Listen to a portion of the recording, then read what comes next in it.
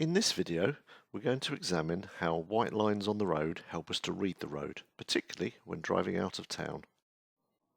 You will notice white lines in the middle of the road and at both edges of the road. You'll see single lines, double lines, solid lines and broken lines.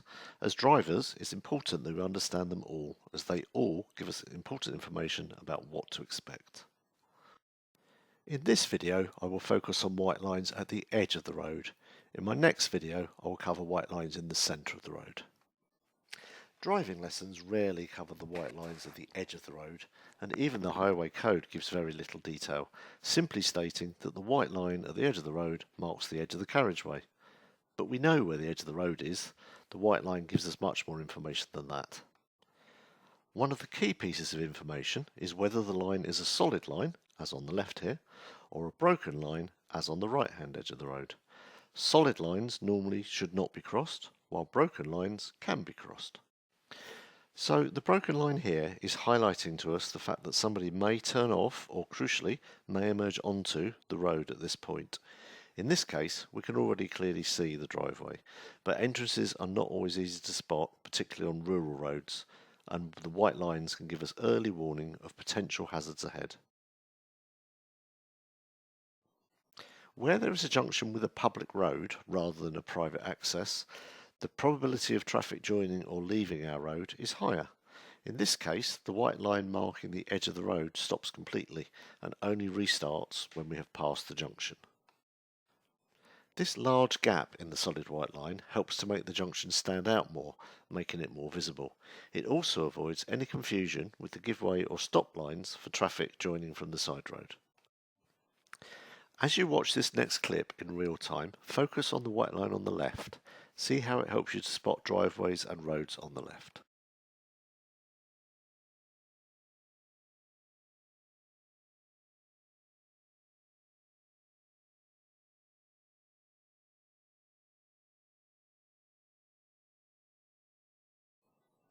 Did you spot this one? The entrance is harder to spot here because there are hedges and no pavement. Now we can see it's access for a car park, but at this point we would have no time to react if a car or motorbike was suddenly emerging. This is why reading the road ahead is so important, and in this case the broken white line at the edge of the road gives us early warning of the potential hazard, drawing our attention to it sooner. Out of town, there's often no footpath, so hedges, fences, trees, bushes, walls and embankments can be very close to the edge of the road, as you see here. This restricts our view to the sides and removes advance warning of anybody emerging onto our road. This is where the broken white lines at the edge of the road really help to alert us to potential hazards. See the driveway on the left here. It's pretty well hidden by the hedges. Notice that we reach this just before a right-hand bend, which is restricting our view of oncoming traffic. What if there's a vehicle or cyclist coming towards us who wants to turn into this driveway? They would be positioned very close to the centre line, preparing to turn right. We could minimise this risk by keeping further to the left as we go around the right-hand bend, resisting any temptation to hug the centre line. Notice the next entrance on the left. It's more visible than the last entrance and is actually a double entrance. We'd have good warning if someone was trying to emerge from here, and we have better visibility around the bend this time too. But did you spot the entrance on the right hand side of the road? It's not a tarmacked drive, and this makes it harder to spot, but it is still an access to the house on the right. You can see a lorry behind the gate. The broken white line is our best warning of this access. As you can see, it's important to scan the white lines on both edges of the road for awareness of potential hazards like this. Unlike road junctures in town, these rural access points may only get used infrequently. This can lull us into a false sense of security, imagining that they never get used. Look at this farm access gate on the left. There are no signs that the gate is ever used, and the gate is always closed whenever I drive past it. Now look at the same site 2 weeks later. There is fresh mud on the road, clearly indicating that the access has been used today.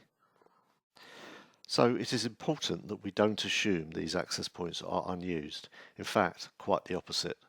If someone has bothered to paint a broken white line at the edge of the road, the whole point of them doing that is to warn us that the access may be used at any time. So learn to read the road ahead using these white lines at the edge and be alert. Next time you're driving out of town, pay attention to these white lines at the edge of the road. And let me know in the comments down below if you spot lots of access points you never realised were there before. The other important use of white lines at the edge of the road is as guidelines, guiding us into a position by pushing us away from the natural edge of the road. This is normally done to improve visibility at junctions. If the guideline wasn't here, then we would naturally follow the curb to the give-way line, but this would leave us at a bad angle to be able to see the traffic approaching from the right. Hence, this guideline guides us into a better position by pushing us away from the curb, improving our visibility at this junction. So, why don't they just move the curb, you might be asking? Firstly, it's a lot quicker and cheaper to paint a line than to move a curb. Secondly, a lorry with a trailer would end up running its rear wheels up the curb and over the pavement due to the sharpness of this turn. This would be an obvious risk to pedestrians waiting to cross the road. As we enter this next village, notice how we are pushed away from the curb by the guideline on the left, and ask yourself, why? Notice that the guideline changes from a solid line to a broken line because there is a driveway for a house on the left. Looking at the drive, notice how it is surrounded by mature trees and bushes. These would badly restrict the visibility for anybody emerging from this drive. Remember that the highway code states that the white line indicates the edge of the road.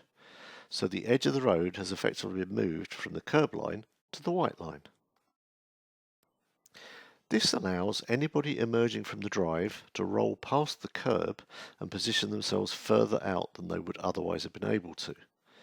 This not only improves their visibility of oncoming traffic, but it also improves our visibility of them, allowing us more time to plan how to deal with the situation.